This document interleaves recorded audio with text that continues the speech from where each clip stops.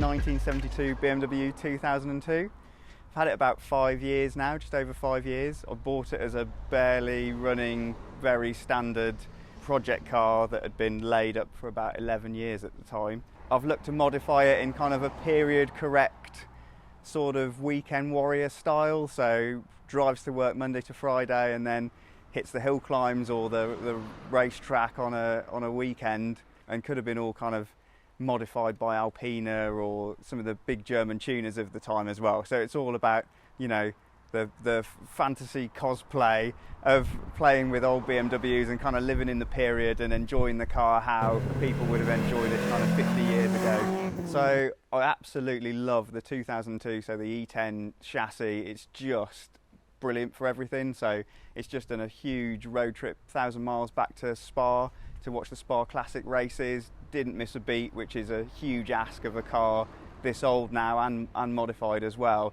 But it's also just brilliant to use day to day, and if I do things, you know, if you want to go out for a B-road blast, it always just puts a huge smile on your face. It's incredibly capable and kind of more than the sum of its parts. It's quite, the modifications are quite simple, so kind of engines on, twin 40 Weber carburetors, exhaust manifold, updated ignition system, all the suspension's done, so it's converted to coilovers. It's got Heritage Polyflex bushes, it's got TI turbo brakes, and I've modified them, so I've deleted the brake boosters and modified the pedal box. It's all about simplifying the car, taking weight out, but keeping it really, really usable, because I just want to drive it as much as I can all the time, because it's just brilliant fun. It never fails to put a smile on my face. So I've always had classic cars kind of since I was 15, restoring and modifying them till now, and this is my absolute favourite, just because of the range of its capabilities and how brilliant it is to work on.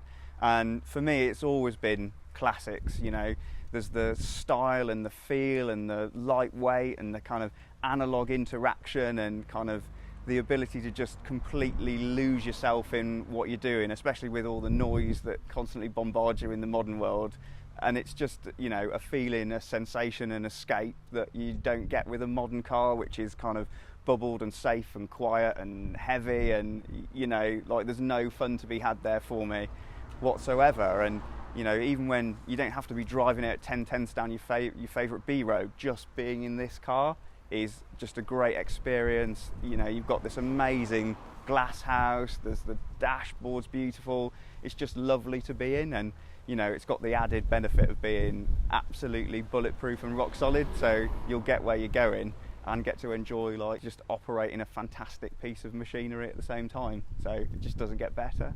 Obviously it gets used a lot, and we do a lot of miles together and go on a lot of adventures, so staying on top of maintenance, especially with a modified engine, is really, really important.